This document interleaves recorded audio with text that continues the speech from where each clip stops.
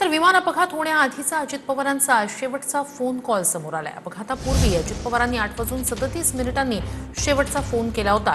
कार्यकर्ते श्रीजित पवारांसोबत अजित पवारांचं शेवटचं बोलणं झालं होतं। दादनकडे कार्यकर्त्यानं जिल्हा परिषदेच्या जागा वाटपावर तक्रार केली होती। अजित पवारांनी विमान लँड होतानाच कॉल केला आणि श्रीजित पवार यांनी तो ऐकवलाय। हॅलो. अरे बाबा, दिगंबर दुर्गाडे गेले अनेक वर्ष माळी समाजाचा माणूस, अख्ख्या जिल्हा बँकेचा चेअरमन मी केलेला आहे, अख्ख्या जिल्हा बँकेचा। ही बँक तर एवढी तुम्हाला माहिती नसतं, काही नसतं। काहीतरी आम्ही पण सगळ्या जाती धर्माला बरोबर घेऊन जातो बाळा।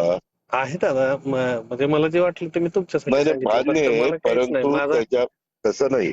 माझा आज आपण प्रामाणिकता आता आपल्याला मदत अहो करेल म्हणून. बरोबर आहे, परंतु त्याच्यात माळी समाजाला मी जिल्हा परिषदेची उमेदवारी आता सुप्या गटातनं दिलेली आहे।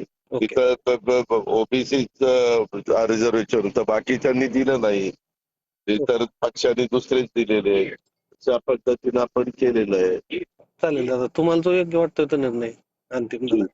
ठीक आहे, ओके। थँक्यू।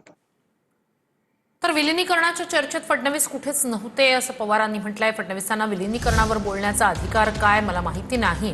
विलिनीकरणाची चर्चा जयंत पाटील आणि दादांसोबत होती असं शरद पवार यांनी म्हटलंय।